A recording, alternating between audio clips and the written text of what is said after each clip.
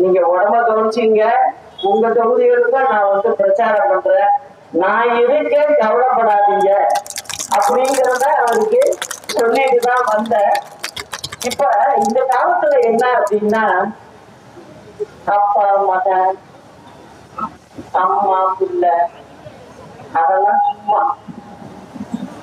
ஏன் சொல்றேன்னா, அரசியல் அப்படிங்கிறது வந்து ரொம்ப ஆழமானது.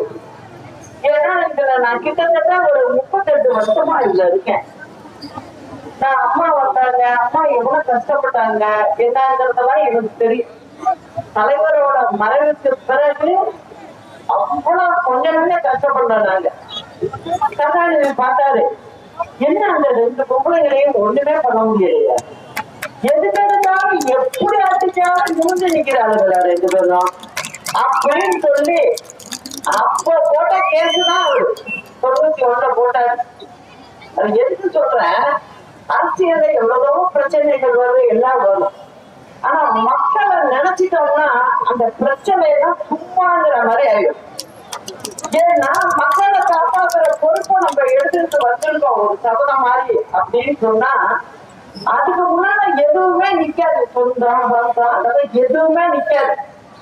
அதனால பாருங்க, அவருக்கு 88 வயசானாலும் கிளம்பிட்டாரு.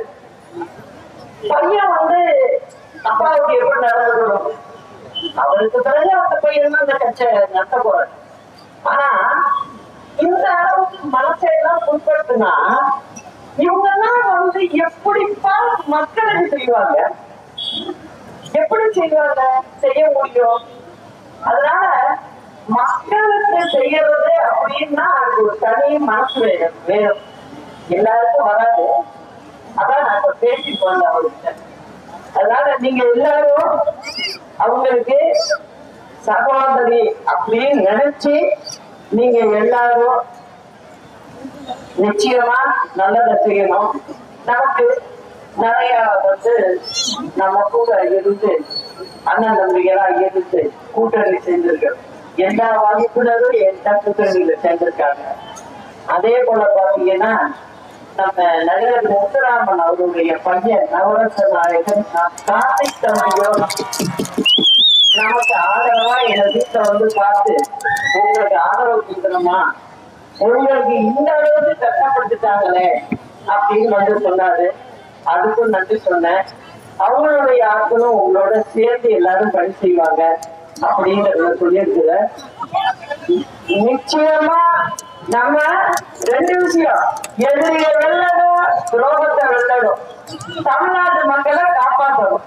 இது 3 தான் என்னோட நடப்பு. அதனால நான் எதையும் பார்க்க மாட்டேன். நான் உங்களோடதான் இருப்பேன். நீங்க என் கூட இருக்கிற வரைக்கும் எனக்கு யார பத்தியும் கவலை இல்லப்பா. அத சொல்லிட்டேன். அதாவது நாளை நமது, வெற்றி நமது.